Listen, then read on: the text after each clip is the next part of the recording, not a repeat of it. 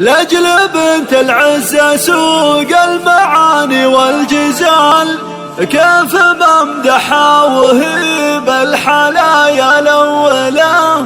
هذه تاج الحسن سارها أميرة الجمال، ويل ويل اللي تحدى مزايا المذهلة، ويل ويل اللي تحدى مزايا المذهلة.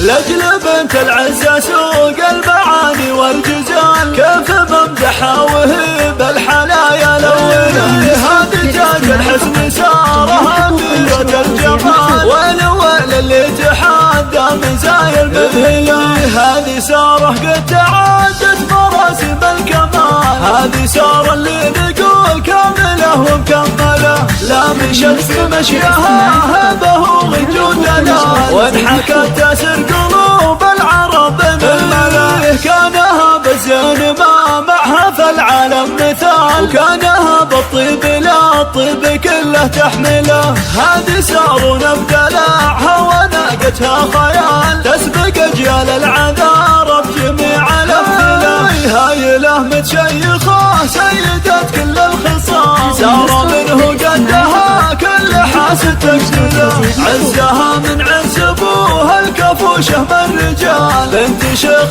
كل صعب بده ذلله. ذاك ابوها مسلم اليد دارت الهوان، مضرب الامثال والقمه دايم منزله.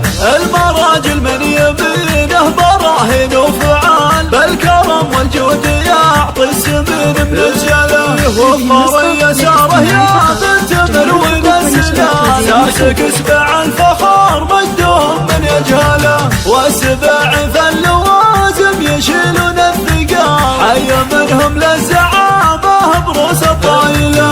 نعم بسبعان لا جت مواقف الرجال، يكسبون النعم والنعم فيهم نجهله. والختام المسكي يا ساره يا ظبي الغزال، جعل حظك ساير العمر فرحه اكمله. لاجل بنت العزه سوق المعاني والجزال، كيف بمدحها وهي بالحلايا الاولى. هذه تاج الحسن سارها أميرة الجمال، ويل ويل اللي تحدى مزايا المذهلة.